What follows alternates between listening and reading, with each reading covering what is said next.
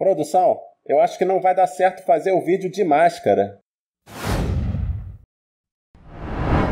Pessoal, eu demorei um pouquinho pra falar da série Chernobyl porque eu queria ler o livro antes de comentar, justamente pra poder avaliar a série como adaptação mesmo. E eu vou confessar pra vocês que não foi uma tarefa fácil, viu? Porque se a série já toca em temas que incomodam, o livro então é mais que um tapa na cara. É uma voadora no peito mesmo. Eu acho que eu ainda tô assim, assimilando, me recuperando aos poucos. Pra quem quiser ler, eu tô falando de Vozes de Chernobyl, da Svetlana Alexievich, acho que é assim que se pronuncia, que é uma vencedora do Prêmio Nobel de Literatura. Esse livro foi escrito a partir de centenas de depoimentos de testemunhas da tragédia e é incrível como a série consegue transformar esses, vamos dizer assim, recortes numa narrativa coesa, precisa, no tom certo. Mas antes de continuar, talvez você não conheça o assunto, então eu vou tentar explicar. Tanto o livro quanto a série se baseiam no maior acidente nuclear da história, que aconteceu obviamente numa usina da cidade de Chernobyl, no norte da Ucrânia, perto da fronteira com a Bielorrússia, mas as consequências da tragédia têm uma dimensão tão grande, é tudo tão triste, que uma das maiores façanhas da série é conseguir transformar tudo isso em entretenimento e ainda acertar no tom, com seriedade e respeito. Afinal, a gente tá falando aqui de um evento que pode ter matado quase 100 mil pessoas, mas o número de vítimas de radiação que vão ter problemas de saúde pro resto das vidas é quase impossível de calcular.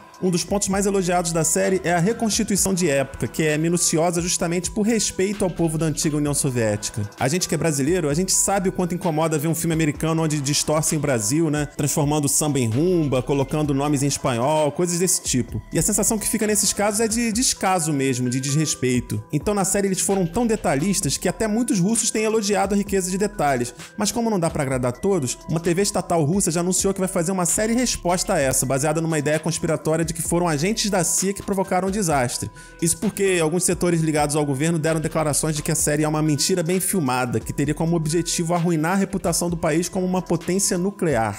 Mas, principalmente depois de ler o livro, fica difícil acreditar na inocência das autoridades soviéticas. Inclusive, um dos relatos chega a descrever que assim que houve o acidente, os livros sobre radiação e eventos como a bomba de Hiroshima teriam sido retirados das bibliotecas para evitar o pânico da população. Ou seja, para as autoridades, a desinformação do povo foi uma bênção, porque evitou maiores protestos e confusões, mas pro povo foi uma maldição, né? Aliás, foi uma grande sacanagem, isso sim, é revoltante. Mas eu pessoalmente achei até que a série não pegou tão pesado quanto podia nesse aspecto da negligência dos governantes. Tá tudo ali, bem retratado, mas na minha visão isso foi feito sem virar uma espécie de propaganda americana ou uma guerra política. E o acerto aqui é manter o foco parecido com o do livro, o foco nos indivíduos, vítimas, heróis e testemunhas da tragédia. Mas nada disso daria tão certo se a série não tivesse tantos bons atores, principalmente o trio central, o Jared Harris, o Stellan Skarsgård e a Emily Watson. Dá pra dizer com toda certeza que todos eles são candidatos fortes pros próximos prêmios aí, o Emmy, Globo de Ouro, além da série como um todo, né? Porque tudo aqui é de alto nível. A direção é precisa, a fotografia é belíssima e triste, a trilha sonora é ótima, mas ela também some nos momentos certos, como na cena do tribunal. Ali, no momento mais tenso, a gente ouve todos os ruídos da sala. Isso aumenta a tensão, é muito legal. Tá tudo muito bem cuidado, os efeitos, o design de som, o figurino, que cada vez mais vai se apagando junto com os personagens, ficando sem cor, a construção do suspense, fazendo até pegadinhas com o espectador, como a cena da lanterna, por exemplo. Enfim, como eu disse, tá tudo muito caprichado e não é à toa que a pontuação da série no IMDb é um recorde, passou até Breaking Bad e Game of Thrones. Não é pouca coisa não. É difícil até a gente achar um defeito. Num certo ponto da história, eu achei meio estranho um personagem da usina ter poucos sinais físicos dos efeitos da radiação, né? Cheguei até a achar que poderia ser uma falha, mas logo no início do livro é explicado que cada pessoa reage de uma maneira diferente à radiação. Inclusive, alguns idosos voltaram para a área de exclusão, que é a área proibida até hoje, né? E muitos ainda vivem lá, mas alguns que foram para longe com antecedência acabaram morrendo jovens, então isso é quase como uma loteria, como mostra a história da personagem Ludmila Ignatenko. Acho que eu acertei o nome. Ela é uma das mais emocionantes aqui.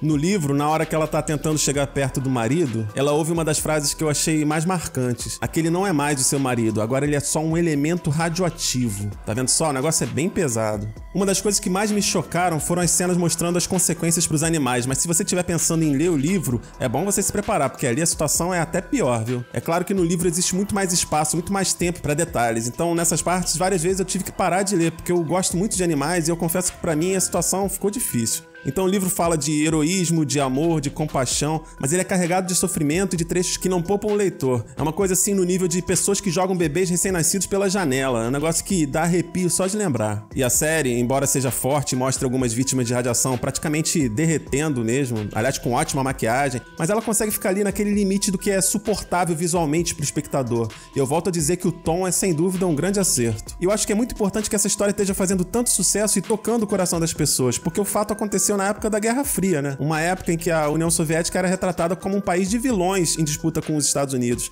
Então eu tenho certeza que muita gente na época deve ter se distanciado por causa disso. Devem ter pensado assim coisas como, eles escolheram o que plantaram, coisas desse tipo. E isso faz com que seja ainda mais surpreendente que, anos depois, uma produção americana trouxesse para as telas os fatos de uma maneira mais realista do que os próprios russos conseguiram fazer até hoje, talvez por medo de admitirem que o problema ainda existe, né? Na verdade, ele só foi contido, mas a radiação exige cuidados constantes e vai continuar exigindo ainda por centenas de anos. É um negócio muito preocupante. Outro ponto que me chamou a atenção é que, mesmo criticando as autoridades, a série mostra que o discurso nacionalista soviético, de certa forma, foi importante para fazer com que centenas de milhares de homens se mobilizassem e se sacrificassem trabalhando como liquidadores, que é o termo que eles usam para quem cuidou das consequências do acidente. Essas pessoas apagaram incêndios e construíram o que chamam de sarcófago, que é a estrutura projetada para conter a radiação. Muitos desses heróis não tinham muita informação, mas alguns sabiam que estavam se sacrificando mesmo para impedir que aquilo se espalhasse, atingindo o mundo inteiro. E a ironia do destino é que esses heróis nacionalistas tenham ganhado, talvez como maior homenagem, um retrato fiel numa das melhores séries já feitas,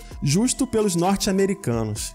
Que coisa. Mas e você? Você assistiu a série? Me conta o que você achou nos comentários. Eu quero muito saber. Clica também no like ou dislike. E se você não for inscrito, dá uma olhadinha nos outros vídeos. Se você gostar, não deixe de assinar o canal. Beleza? Um grande abraço e até a próxima.